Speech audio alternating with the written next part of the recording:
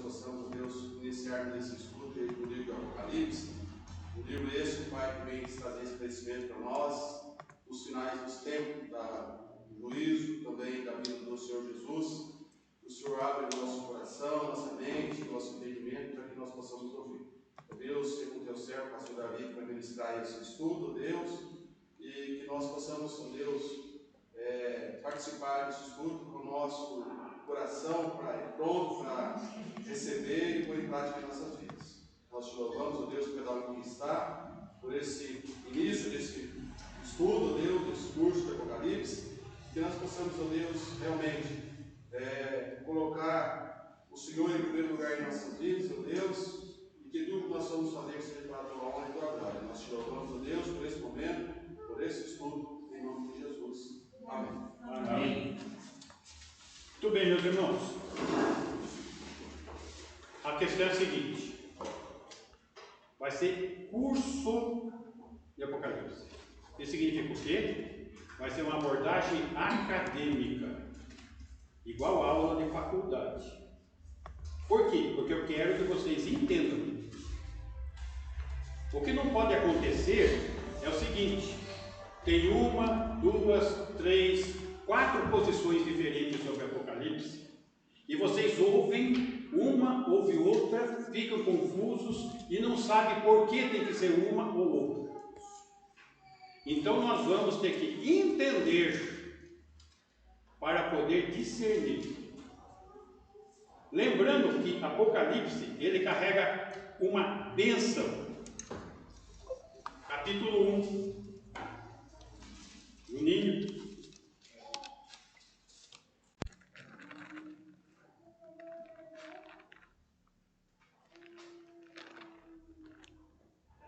Versículo 3. Bem-aventurados aqueles que leem e aqueles que ouvem as palavras da profecia e guardam as coisas nela escritas, pois o tempo está próximo. Se estava próximo naquela época, imagina agora.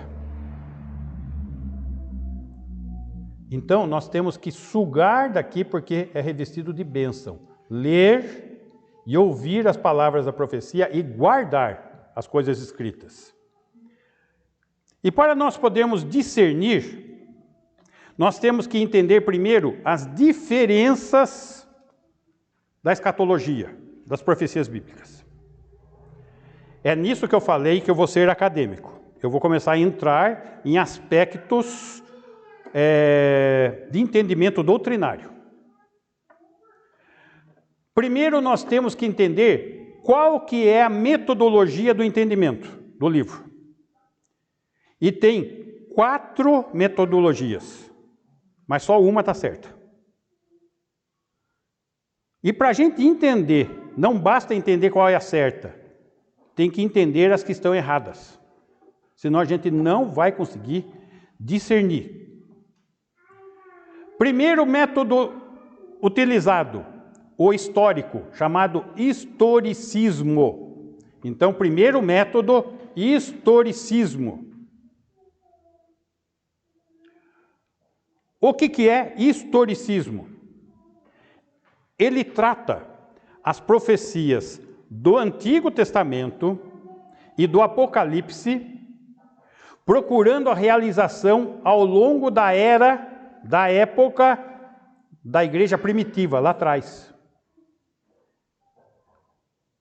Observe, ele trata as profecias como da época lá de trás, da igreja primitiva. Em especial em relação à luta entre igreja verdadeira e apóstata. Ele fica assim com atenção nesse tema, como se o tema do Apocalipse fosse para resolver essa questão. Então tem um bom grupo de cristãos que segue essa linha, esse método de entendimento do livro do Apocalipse. São os historicistas, o historismo, tá? Historicismo. Vamos fazer o primeiro teste. O que é historicismo, Arthur? É. Ajuda ele, Carol. Historicismo que estuda a parte da história em si, né? História mesmo, literária, não é? Olha só, esse é errado. Historicismo trata das profecias do Antigo Testamento e do Apocalipse. Não precisa disso, obrigado. Ele trata dessas profecias ao longo da era da igreja primitiva. Lá atrás. Ele está olhando a história passada, a igreja no período nascente. Ele coloca as profecias lá atrás, as profecias do Antigo Testamento e Apocalipse lá atrás. Muito bem. Entendeu, Arthur? Ok. Senta mais para cá para você enxergar a lousa. Dá para? Senta lá perto da Márcia lá atrás.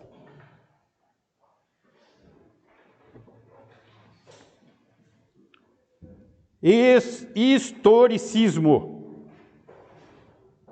Estamos sabendo o que é historicismo? Agora, o segundo método errado. Preterismo. Esse sistema preterista é o sistema mais popular, aonde os eruditos mais escolheram para interpretar. O preterista. Ou seja, é uma visão contemporânea e histórica. Eles entendem o quê? Que as profecias se cumpriram na destruição de Jerusalém no ano 70. Veja só. Nós temos aqui duas situações. Vamos colocar a linha do tempo aqui.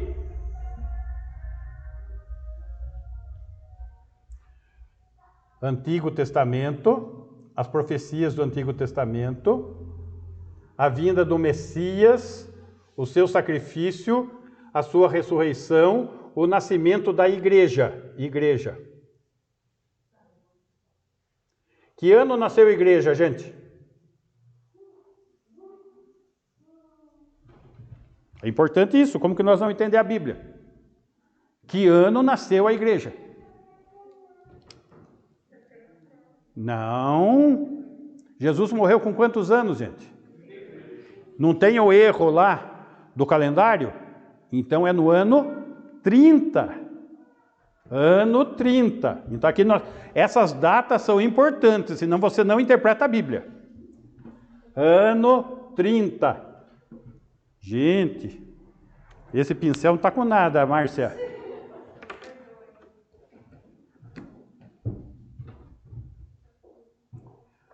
Ano 30. Ano 30. Vamos já começar a exercitar nossa mente. DC. Por que DC? Depois de Cristo. Ano 30, depois de Cristo. Tá? Nasceu a igreja. Quando foi a destruição do templo? No ano 70. DC. O templo é destruído. É muito importante essas informações, senão vocês não interpretam o Apocalipse. No ano 70, cumpriu-se a profecia de Daniel quanto à destruição do templo. O templo foi destruído. Ok? Por que é importante a destruição do templo? Vamos começar a funcionar. Para entender teologia, tem que funcionar a cabeça. Por que é importante o ano 70, a destruição do templo? O que aconteceu no ano 30, quando nasceu a igreja? Pentecostes. Os primeiros 8.000 convertidos eram de que raça? Judeus. Todos eles judeus. E eram todos praticantes do quê? Do judaísmo. E o templo era a base de todo o judaísmo. Enquanto o templo não foi destruído, o cordão umbilical não foi cortado. Eles estavam ligados ainda às questões do templo. Tanto que o livro de Hebreus batalha por essa questão. Eles ficavam entre voltar para o judaísmo ou não, mas daí Hebreus falava o quê? Jesus é superior, a nova aliança é superior, o cristianismo é superior. Não tem como voltar para trás. E o cordão umbilical foi quando? No ano 70. Muito bem. O que isso tem a ver com as duas descrições que eu falei aqui? O historicismo, ele está baseado na igreja primitiva. Então, a igreja primitiva, até onde vem? Aqui vamos pôr mais uma data aqui. Ano 100. O que aconteceu no ano 100? Na verdade, no ano 96. Hã? Oi? Finalizou o cânon. Com qual livro? Que nós estamos estudando. Então, o cânon estabeleceu no ano 100. Na verdade, no ano 96. Mas vamos trabalhar com o número redondo, senão a gente não consegue lembrar. 30, 70, 100. No ano 100, conclui Apocalipse. Tudo bem? A igreja primitiva, ela nasceu no ano 30 e no ano 100 concluiu o cânon. Ainda estamos na igreja primitiva. E a igreja primitiva, ela vai seguir nos anos. Ano 150, ano 200, até chegar no ano 313, quando nasce a igreja católica. Que não tinha. O padre fala que a igreja primitiva é a igreja católica. Mentira. Constantino fundou a igreja católica apostólica romana no ano 313. Tá? Então, vamos trabalhar com essas datas. Então, o historicismo é essa igreja antes da igreja católica. A igreja primitiva. Vamos pôr a igreja católica aqui. Ano 313 DC. Catolicismo. Notem que eu não estou escrevendo o nome ali das coisas que estão acontecendo. Por quê? De propósito, porque na próxima aula eu vou perguntar para vocês e vocês vão ter que responder. Tá? Então, prestem atenção. Porque nós estamos começando o quê? Um curso de Apocalipse. E curso é estudar. Entender. Então, vamos entender. Então, qual a diferença do historicismo e do preterismo? O historicismo, ele enxerga a igreja em todo o período. Ele não faz distinção de Israel e igreja. Para eles, Israel é a igreja do Antigo Testamento. Não é verdade. Ok? O preterista, ele enxerga que Apocalipse aconteceu aonde? Aqui.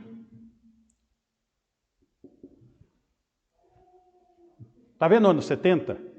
Eles falam que a destruição do templo é o culminar das profecias do Apocalipse. Então, quando que foi a tribulação? Do ano 63 ao ano 70, 7 anos. Eles jogam tudo para trás, para o passado.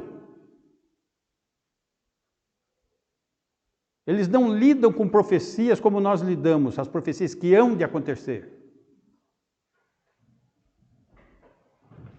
Por quê? Porque eles não interpretam a Bíblia literalmente. Vamos lá. Capítulo 1, versículo 19.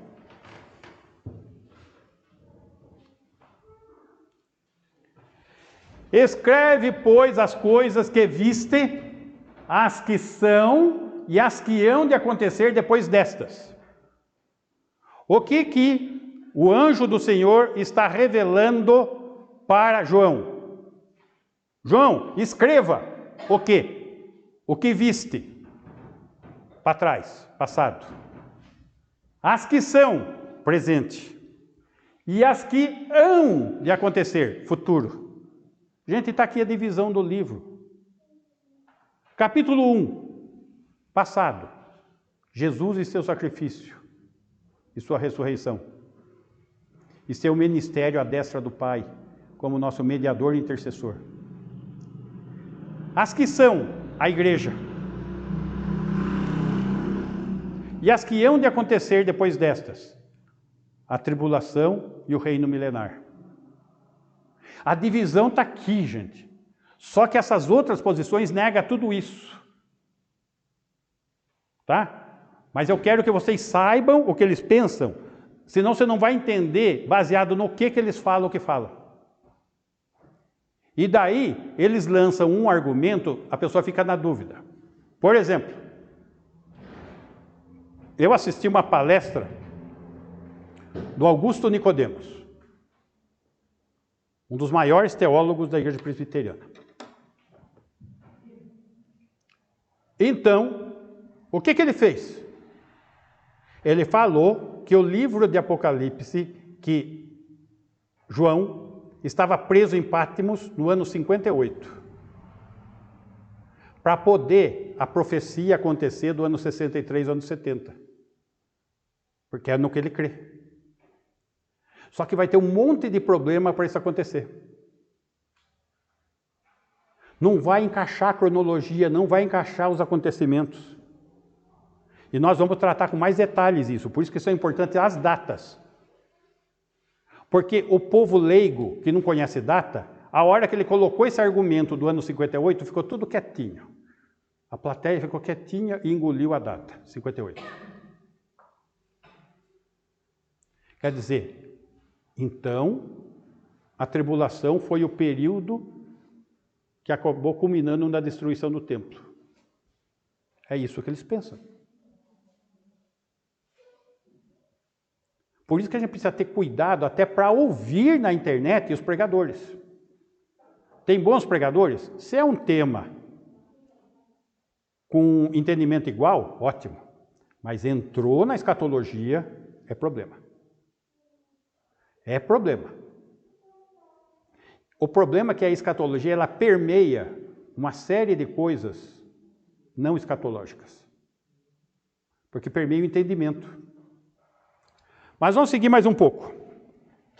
Então aqui nós tivemos então o preterismo. O que é o preterismo, Gabi? Acabei de falar, Gabi. São aqueles que creem que tudo aconteceu antes do ano 70.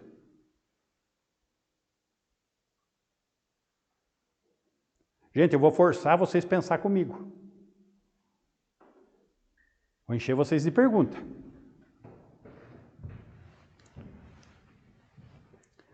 Oi. Não, hoje não vai. Só vai hoje se der tempo de terminar isso aqui, mas não vai dar. Idealismo é outro sistema de interpretação. Também chamado de abordagem espiritual. Olha só como eles são dirigidos. Ou alegórica. Que vê as profecias de maneira simbólica. Tudo é um simbolismo para uma mensagem espiritual. Tudo é uma aplicação espiritual para as nossas vidas. Esqueça de profecia. Isso é idealista. Note, eu já falei 3 escolas para vocês. Tá? Nós temos o historicismo, uma escola. Preterismo, outra escola. Idealista, outra escola. Historicismo. Tá? Daí você vê as diversas interpretações de Apocalipse.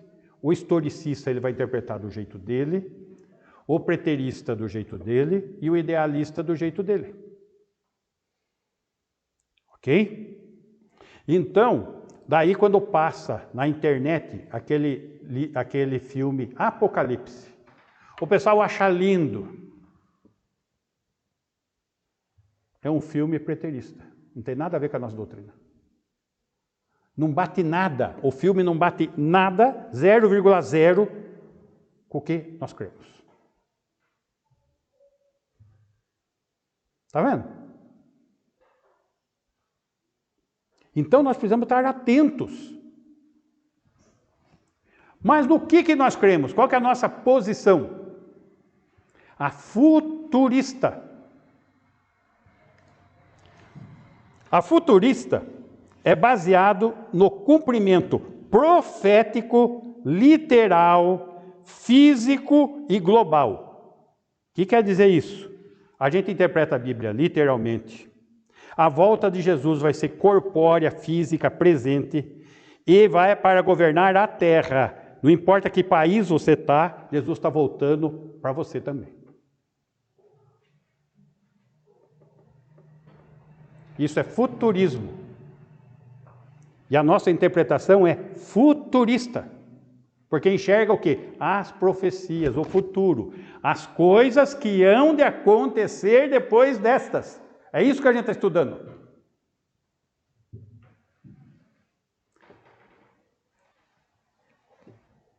Quando os outros colocam o quê? No passado. O preterista, ele entende que vai ocorrer físico e local. Como assim? Para eles, o milênio não é 1000 anos.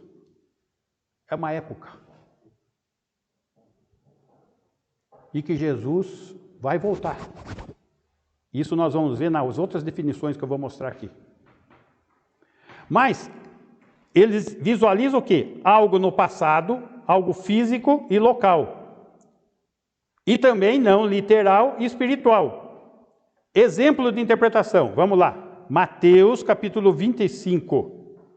Vamos entender isso.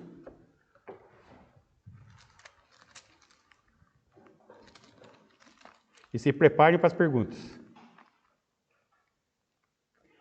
Nós vamos ter que pensar teologicamente. Versículo 31. 25, 31 até o 34.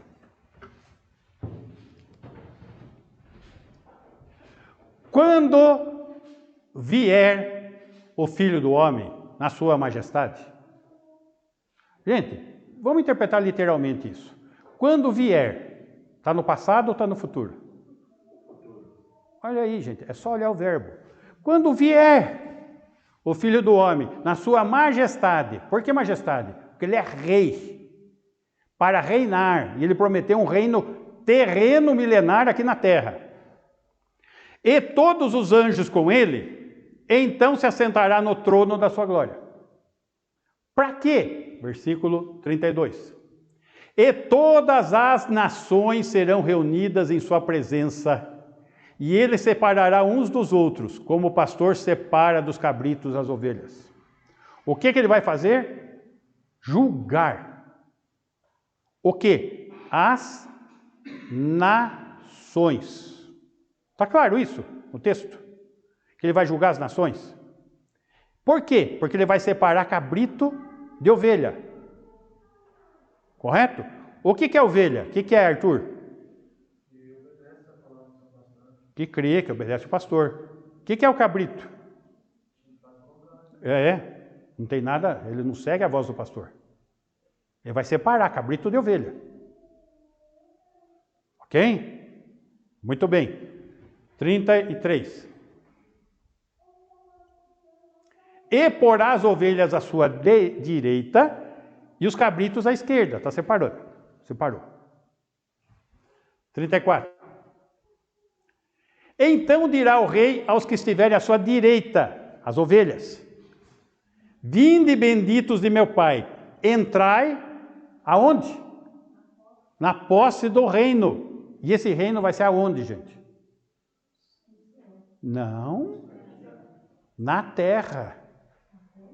Na terra. Ele prometeu para Abraão um reino milenar terreno, na terra.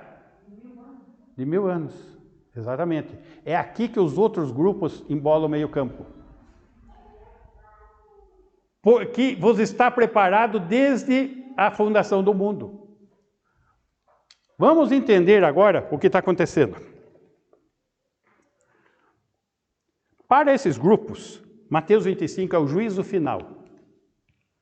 Juízo final está lá em Apocalipse 20, aonde ele chama um por um, indivíduo por indivíduo, para prestar contas. Aqui ele não chama indivíduos. Ele põe diante dele nações, não indivíduos. E diz qual nação vai entrar na posse do seu reino. Quais são as pessoas, não a pessoa, as pessoas, as ovelhas que ele separou, que vão entrar na posse do reino. E Mateus 25 está tratando dos gentios, não está tratando dos judeus. Porque no começo de Mateus 25, ele fala das 10 virgens. Lá ele está tratando de Israel. Aqui ele está tratando dos gentios, das nações, os gentios. Ok? Está vendo como é importante aquele quadrinho que está prefixado lá na parede e lá em Lambari? Os pactos, as alianças de Deus com a nação de Israel, para não chegar nesses textos e interpretar errado. Tá? Muito bem. Então, eles entendem que é o juízo final. Pior, eles entendem que aí está descrevendo uma parábola e não um fato histórico descritivo. Aonde que esse texto que acabamos de ler tem alguma característica de parábola? Mas para eles é obrigado ser uma parábola. Eles são alegoristas. Eles não interpretam a Bíblia literalmente.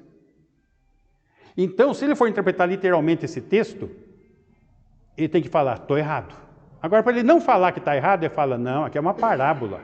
Eu tenho que entender quais são os significados, a figura de linguagem. Que significa? Que figura de linguagem? Se na primeira leitura nós já entendemos. Estão percebendo? Uma dúvida aqui. Ele chama as nações. Isso. Separa da direita e aqueles que não foram escolhidos ficam como? Da esquerda. Já vai para o Sheol.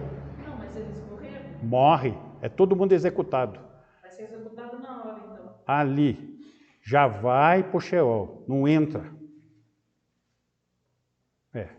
Lembra aquela parábola do dono da propriedade que viajou e que depois ele volta e executa todos aqueles que estavam contra ele? Está falando disso.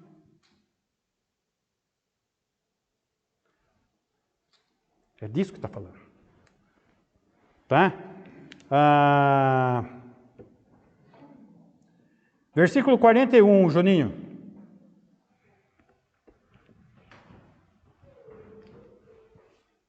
Então o rei dirá também aos que estiverem à sua esquerda, que é o pessoal da esquerda: apartai-vos de mim, malditos, para o fogo eterno, preparado para o diabo e seus anjos. Ó. Tá? Então,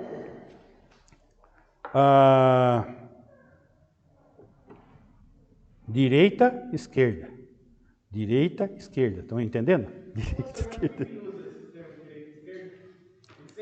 Porque a destra sempre foi lugar de honra.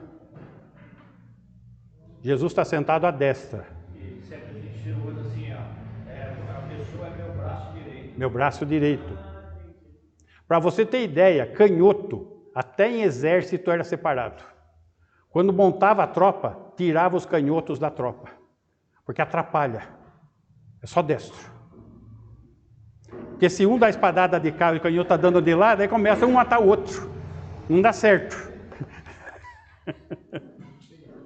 Tinha que fazer uma tropinha separada só de canhoteiro. Tá?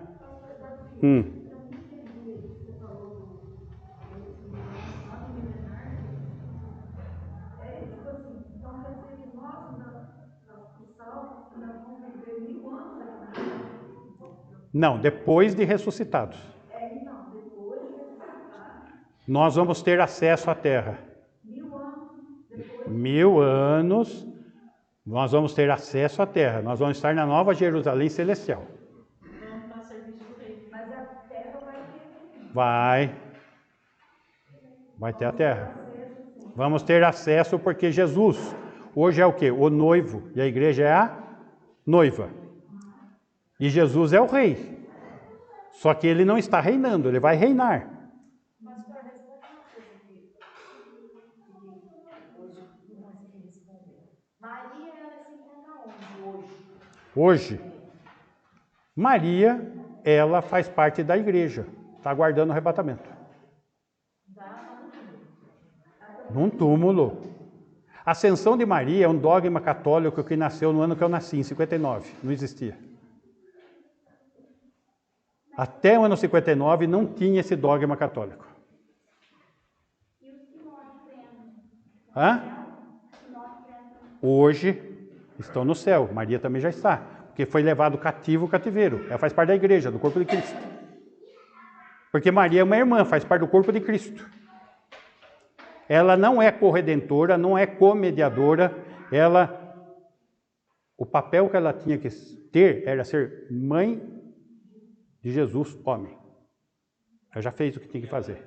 Agora eu. Porque era da linhagem. Porque era da linhagem, entendeu? Não. Tinha que ser alguém da mesma linhagem. Tinha que ser descendente de Davi. Da tribo de Judá. Agora, essa situação que ele se coloca sobre ela, de milagres, aí o É tudo idolatria, tudo coisa que tem origem no paganismo, nas semírias. Da mesma forma, por exemplo, poderíamos até idolatrar o Senhor, por exemplo. Que seria um erro. Entendeu? Seria um erro. Vai entender. Então. Eu estou ensinando Jesus para vocês seguirem Jesus. Nada. Só Jesus. Ok? Muito bem. Então, se eles creem dessa maneira, eles não creem na segunda vinda de Jesus, literal, para implantar o reino milenar na terra, em cumprimento do pacto abraâmico. Então, se você quer destruir as outras posições, não precisa muito. Pacto abraâmico liquidou todas as posições doutrinárias existentes. Pacto abraâmico. Porque eles têm que espiritualizar o pacto abraâmico. Eles não fazem distinção de Israel e igreja, então eles têm que dizer que a cidade de Deus, da onde nascem as águas debaixo do trono de Deus, é o nosso coração. Reina em mim, reina forte, agora sempre, reina em mim. Está tudo errado. Como reina em mim? Isso é doutrina amilenista.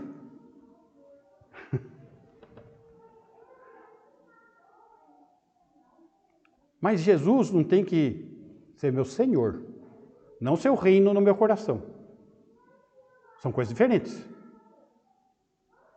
Tá? Por isso precisa muito cuidado com o termo rei. Rei. Porque aí carrega doutrina. Precisa ver rei quando. Ok? Muito bem. Visto que existem então diferenças escatológicas, quais são as 4 posições, metodologias escatológicas? Historicismo, preterismo, idealismo, futurismo. Qual que é a nossa? Futurismo. Olha aí, agora está começando a aprender, vamos lá. Tá? Qual que é a visão do milênio? Eu falei dos métodos, agora vamos falar da visão do milênio. Quais são as posições doutrinárias? Primeira, amilenarismo. Amilenarismo. No grego, a significa não. Não mais milenarismo significa não milenarismo. Ou seja, eles rejeitam o reinado físico, literal, na terra por 1000 anos de Jesus. Então, o que eles têm que fazer? Eles têm que ir lá em Apocalipse, capítulo 20, lá Juninho, e pegar essa folha aqui da Bíblia e arrancar da Bíblia. Porque eles falam que isso não existe. Só que está escrito aqui. Eu já apresentei esse texto para a milenista. Ele falou, mas só tem esse texto que fala de 1000 anos. É o que basta. Precisa ter quantos textos? Só tem esse texto. Mas tem esse texto? Tem, está aqui.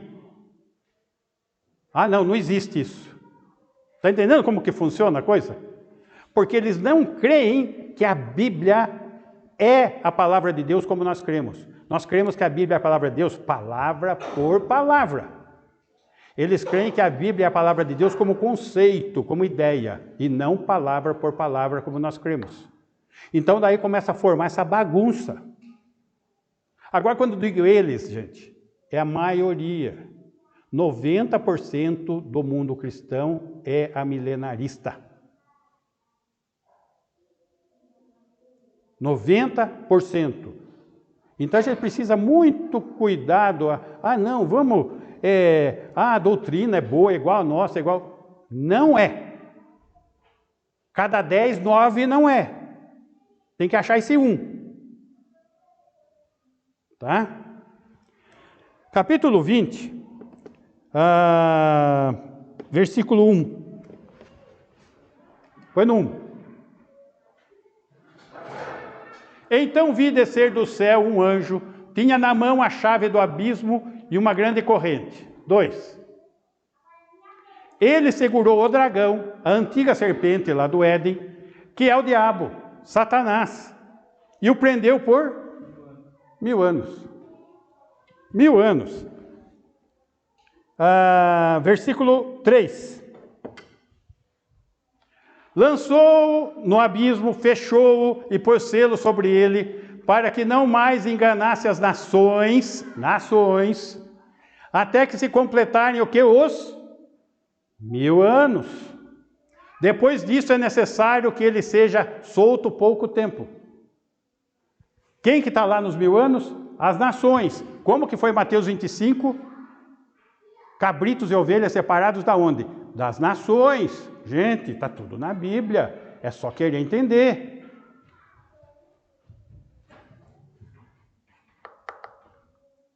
Versículo...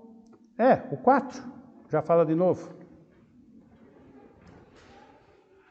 Vi também tronos, e nesse assentaram-se aqueles aos quais foi dada autoridade de julgar. Vi ainda as almas dos decapitados por causa do testemunho de Jesus, bem como por causa da palavra de Deus, tantos quantos não adoraram a besta, nem tampouco a sua imagem, e não receberam a marca na fronte e na mão, e viveram e reinaram com Cristo durante 1000 anos. Versículo 5.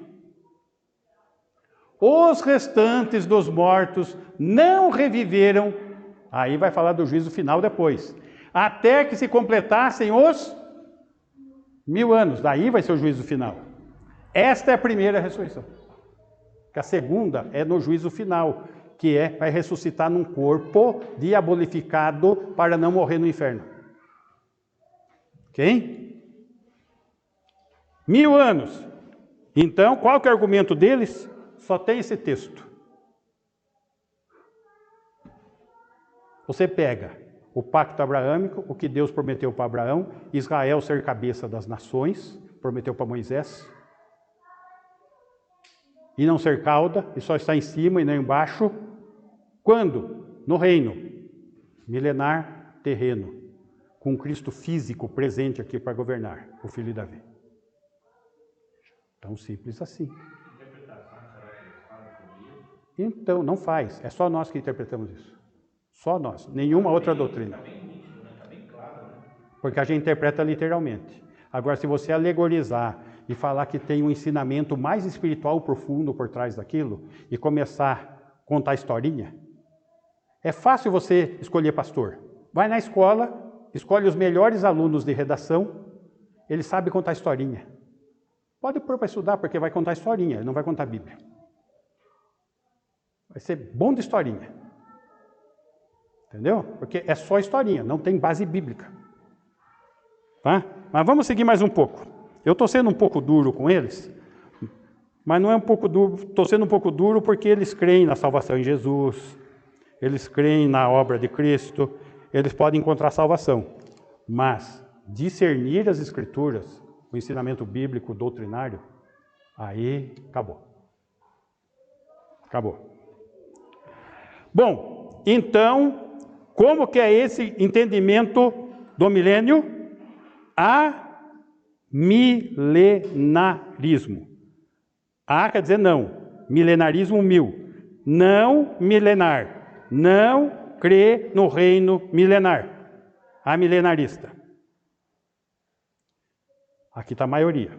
Só que tem uma turma ligado ao preterista que entende que muitas coisas vão acontecer e eles são pós-milenaristas. Ou seja, eles admitem um reino, só que eles não entendem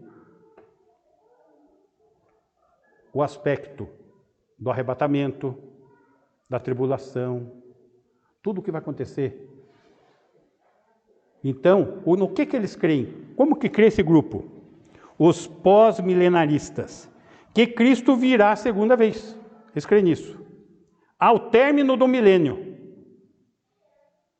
Só que o milênio para eles não é 1000 anos. Aí começa a alegorizar. Para eles o milênio é uma era, uma época que já se iniciou. Quando? Após a ascensão de Jesus Cristo. Aqui. O reino milenar já começou. Gente, nós já estamos no reino milenar. Não precisa mais pôr porta, portão, cadeado nas coisas, estamos no reino milenar. Está entendendo? Já estamos lá. E Satanás já está preso. Eles creem nisso, que Satanás está preso, tá? E que Jesus voltará quando? Quando o evangelho for pregado ao mundo todo com o triunfo da igreja. Olha só. Por isso que tantos pregam que precisa ser pregado o evangelho, porque são amilenistas. Eles acham que o evangelho tem que ser pregado para Jesus voltar. E não tem isso na Bíblia, meus irmãos. Não tem na Bíblia. O que tem na Bíblia é isso que eu li para vocês agora. Porque se fosse depender da pregação do evangelho para o mundo, do ano 30 até o ano 50, o mundo antigo da época, todo mundo ouviu o evangelho. Por que não voltou lá atrás, então? E por que está dependendo de ouvir o evangelho? Por quê? Mas não tem aquela colocação de pregar o evangelho? E de pregar, mas está falando mais alguma coisa? Se vocês não pregarem, eu não volto? Está falando isso? Não. Então, mas é isso que eles falam. Aí pregar porque assim, é um tempo que a gente tem, igual de conhecimento que a gente Não. tem. O fato de ter uma ordem para pregar o evangelho não significa que a volta dele dependa disso. Ah, sim. É isso que é o ponto. Que tem que, senão ele não volta. Por exemplo, não tem os 4 cavaleiros do Apocalipse? O primeiro é o branco. O que é o cavalo branco para eles? O evangelho. Gente, o selo é maldição. Como que o evangelho pode ser uma maldição? Estão compreendendo? Nós estamos estudando Apocalipse, tá? Então, eles acham que depende disso. Então o milênio para eles não é 1000 anos, é uma era. Satanás já está preso, o evangelho tem que ser pregado para a igreja triunfar. Isso que é a igreja triunfante. A igreja vai implantar o reino na terra. Depois que ela implantar, tiver tudo bonitinho, Jesus volta e senta no trono, porque a igreja já cumpriu o papel. Não tem isso na Bíblia. Quem implanta o reino na terra é Jesus na segunda vinda. Exatamente. Vocês estão percebendo que as diferenças doutrinárias são muito, muito grandes. Não é pouco. Muito. Sim. Ah. Exatamente.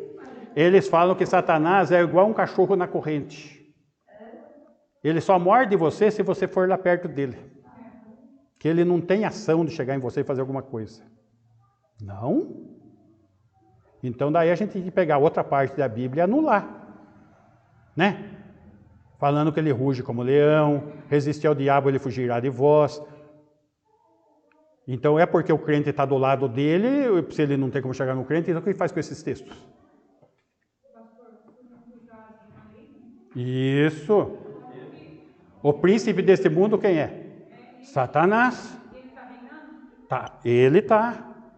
Isso. Aí que está o ponto. Vocês estão vendo aonde chega? Para você sustentar uma doutrina errada, você vai ter desdobramentos.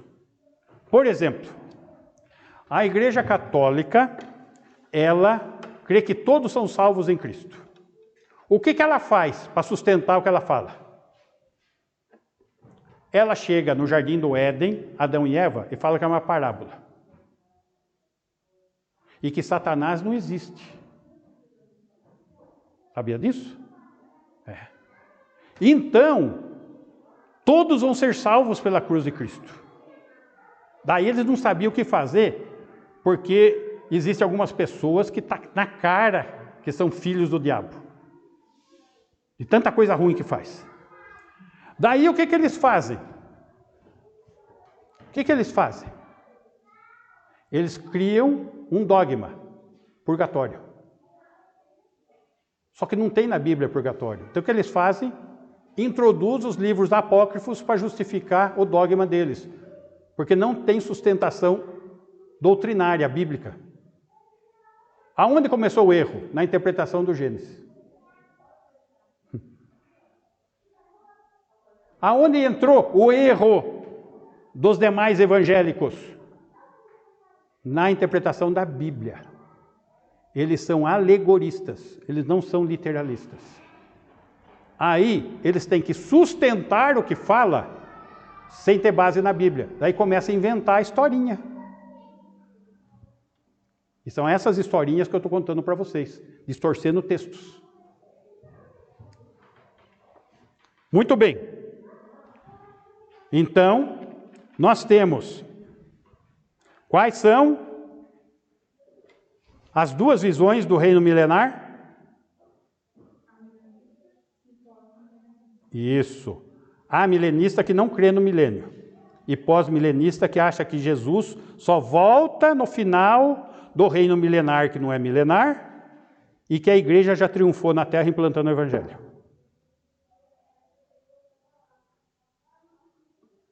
Essas são as outras posições doutrinárias, gente. Se resume nessas duas aqui. A nossa é o dispensacionalismo,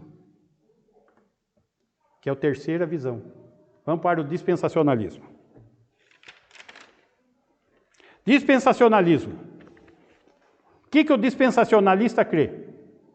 Que a segunda vinda de Jesus será literal, corpórea, na terra. E essa doutrina envolve que o arrebatamento vai ser antes da tribulação. Porque a tribulação é um período de 7 anos voltado para Deus tratar com Israel, para estabelecer o reino milenar terreno na terra, onde Cristo, o filho de Davi, vai reinar na sua segunda vinda.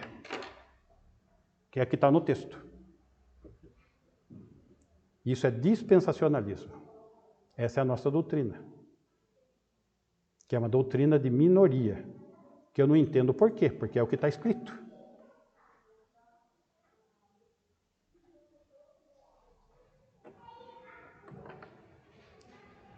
Muito bem. Vamos agora esclarecer algumas coisas do Apocalipse, do livro. Apocalipse é o título do livro. Ele é comumente identificado como Apocalipse de João. Só que não está escrito isso na Bíblia. O que está escrito na Bíblia é que o Apocalipse é uma revelação de Jesus Cristo. Apocalipse quer dizer revelação de Jesus Cristo. Só que comumente o pessoal interpreta como revelação de João. Ah, mas não foi o João que escreveu? Foi. Só que quem deu a revelação foi Jesus Cristo. Não foi João. É a revelação de Jesus Cristo. Então, a primeira questão a ser compreendida do Apocalipse. Revelação de Jesus Cristo. Por que Jesus Cristo? Porque é o principal personagem do livro. Segundo aspecto, a autoria. E aqui nós vamos começar a ficar de boca aberta. Deixa eu falar um pouquinho sobre autoria. Há uma boa evidência de autoria joanina, de João, até o século III. Quando chega no século III, Dionísio de Alexandria, com uma base muito fraca, ele discorda. Pois ele comparou o Evangelho de João com o Apocalipse. Quanto ao vocabulário, falou, mas tem vocabulário diferente, tem afirmações diferentes, é outra pessoa que escreveu. Agora, o que é o livro de João? O Evangelho da vida eterna, que revela o ministério de Jesus Cristo terreno e sua obra. O que é Apocalipse? Revela o rei, revela a segunda vinda, revela o estabelecimento do reino, revela o que acontece na tribulação. Correto? Qual que é o problema de ser João, o autor? Se são coisas totalmente diferentes, são assuntos diferentes. Então, no século III, aqui perto da época da Igreja Católica, aqui, ó, nessa época aqui, o Dionísio de Alexandria começa a fazer confusão. Mas não para aí. Porque o que aconteceu aqui? Nasceu o quê? Católica. A Igreja Católica nasce aqui. E ela vai católica sozinha até quando? 1517, a Reforma. É isso? Reforma, até a Reforma. Quem que fez a Reforma? Quem é o principal nome? Não, Constantino implantou a Igreja Católica.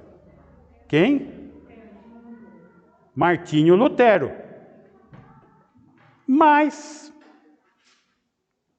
tarde, na época de Lutero, Lutero e Zwinglio, os reformadores, também rejeitaram que João escreveu o Apocalipse.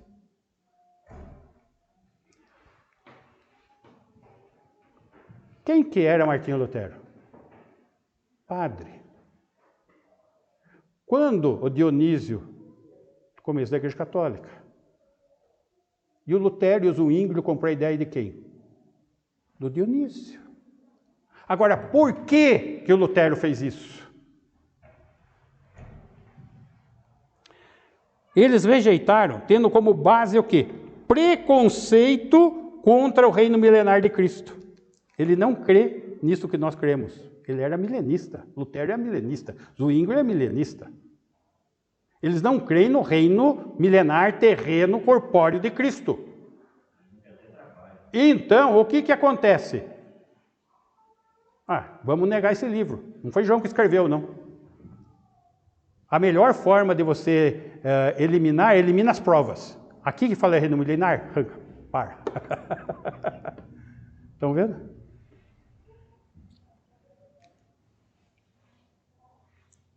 Há evidências internas no próprio livro, entre ambos os livros, João e Apocalipse. Primeiro, Jesus é apresentado como o Verbo. Aonde? Em João. Aonde mais? Em Apocalipse. Que mais? Jesus é chamado de Cordeiro. Aonde? Em João. Aonde mais? Apocalipse. João fala da atividade satânica. Apocalipse fala? Como fala? Ele não está preso, não. Só os dois livros, João e Apocalipse, têm a expressão fonte de águas vivas. Só nesses dois livros. Não tem nenhum outro livro da Bíblia. Além de vários outros vocábulos que eu nem anotei aqui. Outra coisa importante, encerrando esse ponto de vista. O único João que teria autoridade de falar para 7 igrejas da Ásia, lembra que ele mandou cartas, seria o apóstolo João. Não existe nenhum outro João que teria essa autoridade. Logo, foi João, evangelista, que escreveu Apocalipse. Vocês estão percebendo que muitas vezes a pessoa, para sustentar uma doutrina, ela chega até a negar livro da Bíblia. Para sustentar o que ela pensa. E os heróis do protestantismo, Lutero e Zwinglio, fizeram isso. Tá? Muito bem. A data. Lembra que eu falei para vocês as importâncias da data? Ano 30, o que aconteceu? Início da igreja, Pentecostes. Ano 70, destruição do templo. Ano 100, encerrou o cano, Apocalipse. Ano 313, nascimento da Igreja Católica Apostólica Romana. Se eu não olhar para isso, eu vou interpretar a Bíblia errado. Vamos ver um pouquinho disso. A tradição cristã antiga, lá da igreja primitiva, indica o reinado de Domiciano. O reinado de Domiciano foi do ano 81 até o ano 96. Quem é Domiciano? Imperador romano. Quem prendeu João na ilha de Patmos? Domiciano. Por quê? Porque nessa época, os imperadores romanos se diziam deuses, faziam estátuas de si, da esposa e do filho, e mandavam adorar. E quem não adorasse, ou era morto ou era preso. Tá? Então, veja só, para eu enxergar uma tribulação que não seja no futuro, eu tenho que enxergar ela aqui, no ano 70. Como que João foi preso em Patmos no ano 58, se o imperador romano Domiciano reinou de 81 a 96? Está vendo a cronologia? Como não bate, eles não sustentam o que falam. Domiciano veio depois de Nero, professor? O Nero que Isso é começo, né? Policarpo. Houve um conflito entre o Estado e a igreja? Começou lá. Isso. Tá? Vamos para mais um ponto. Irineu, um dos pais da igreja lá atrás, afirma que foi escrito o Apocalipse no reinado de Domiciano, no final do reinado. Eusébio, outro, especifica claramente no 15º ano, ano 81 até o ano 96, são quantos anos? 15. E ele especificou que o livro de Apocalipse foi escrito no ano 96. Vitorino de Roma afirma que João foi liberto de Patmos no ano do assassinato de Domiciano, que foi no ano 96. Notem, não tem como sustentar outra data. Evidência interna do próprio livro exige tempo para os acontecimentos das igrejas da Ásia. Vamos lembrar que na Ásia tinham 7 igrejas para as quais foram endereçadas a carta do Apocalipse. Correto? Que ano foi fundada a igreja de Éfeso? A carta aos Efésios foi escrita em que ano?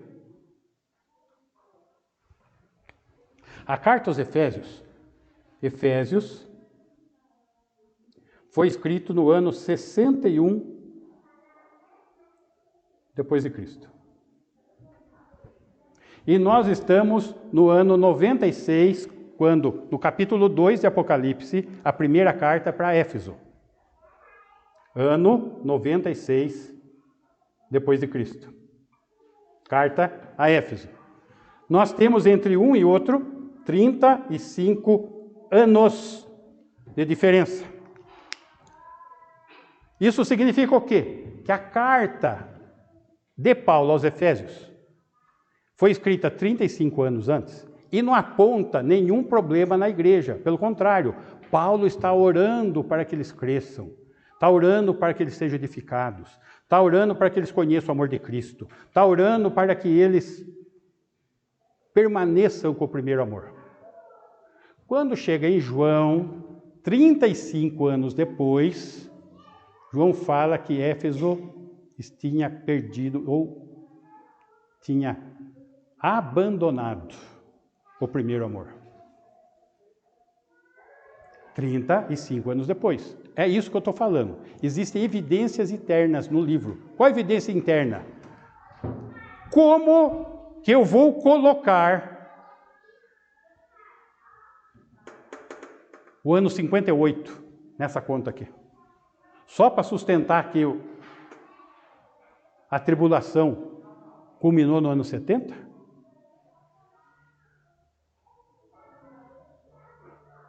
Não tem como, gente. É uma manobra de data. Está aparecendo os políticos aí que faz aquele monte de mentiraiada e pensa que o povo é burro, que não viu ele contar mentira da outra vez. Está aqui.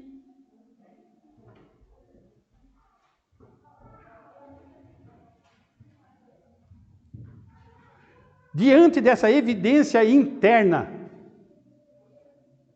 que argumento que fica? Que argumento que subsiste contra? Outra coisa, na carta de João, no Apocalipse 2, para Éfeso, João chama a atenção do quê? Põe uma ênfase numa coisa: perseverança. Por que precisava perseverança? Porque estava existindo uma perseguição na rotina diária dos cristãos, que no final do primeiro século aconteceu em função do culto ao imperador, na época de Domiciano.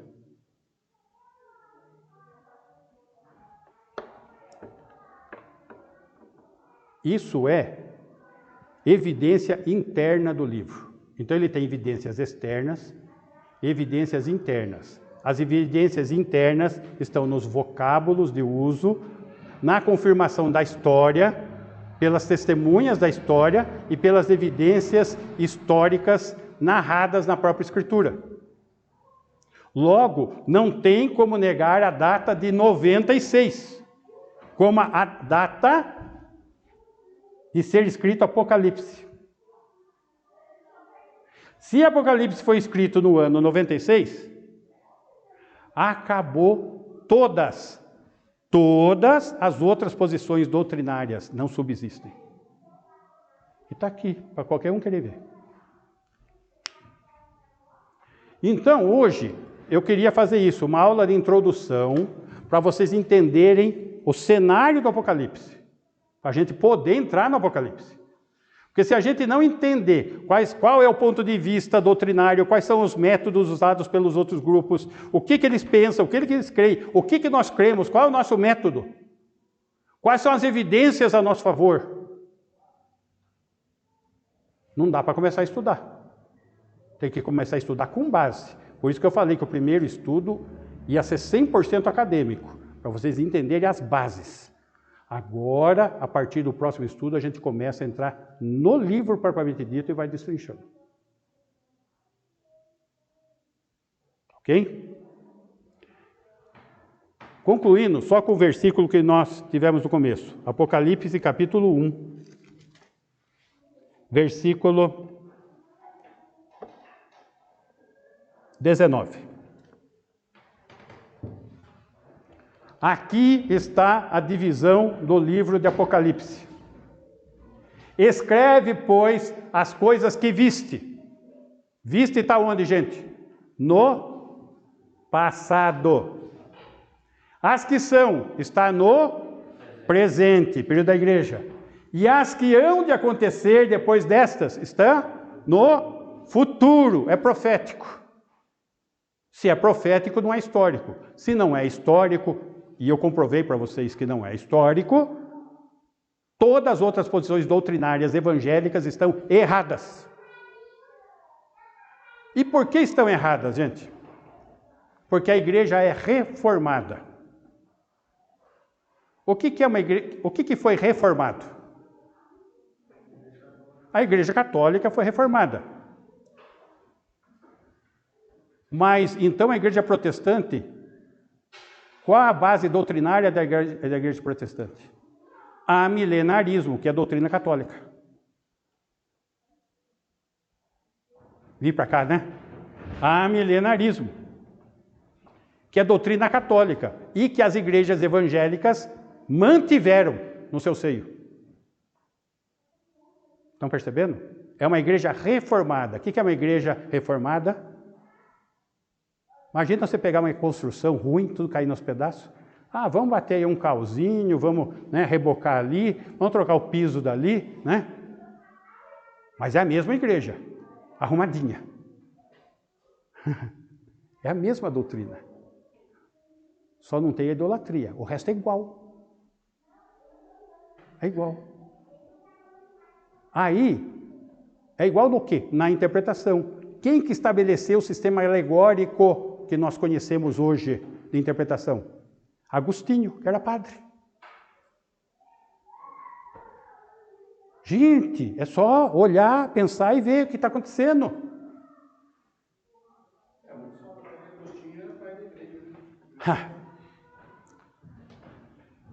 Pode até ser que ele seja um irmão convertido, mas as doutrinas que estavam no seio dele, que ele promoveu e estabeleceu o sistema alegórico de interpretação, que foi ele que fez isso, a gente sustenta até hoje nas igrejas reformadas. Então, precisamos entender os acontecimentos da história, compreendermos a doutrina, compreendermos como se interpreta a Bíblia, compreendermos o contexto. Aqui eu falei de contexto, gente, de história, de data, que está na Bíblia. E se a gente confrontar as datas, não tem como sustentar as outras coisas. Tá bem? Então começou hoje a introdução do livro de Apocalipse. Depois nós vamos estudar ele todinho. Bem? Ok. Vamos encerrar esse tempo? Isso. Tomar água, ir no banheiro, fazer tudo o que tem que fazer, gente, porque depois que começar o culto, é o culto. Tá bem? Márcia, encerra para a gente esse tempo. Vamos ficar em pé.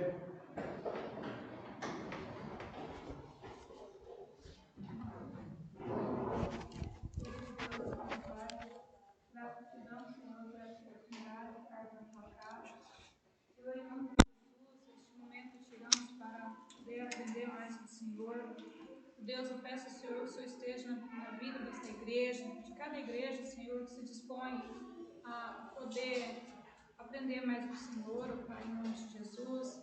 Seja sobre a vida do pastor Davi, do pastor Donizete, sobre a igreja do Senhor. Oh Deus, em nome de Jesus, Pai, este alimento que nos foi dado hoje, Senhor, nós podemos degustar dele durante a semana, para que domingo nós possamos estar aqui, Senhor. Porque os dias são maus e é necessário que nós tenhamos ferramentas para poder lutar, Senhor. Em nome de Jesus, o Senhor tem dado, Pai. Oh Deus, em nome de Jesus, prepara a tua igreja, porque nós sabemos que dias maus virá e é necessário que a tua igreja militante do Senhor, oh Pai, esteja preparada para lutar contra as hostes de Satanás, Senhor. Em nome de Jesus, eu clamo, Senhor, oh Pai, e agradeço. Amém. Amém. Amém. Irmãos, água, banheiro, chazinho e daqui a pouco mais perto.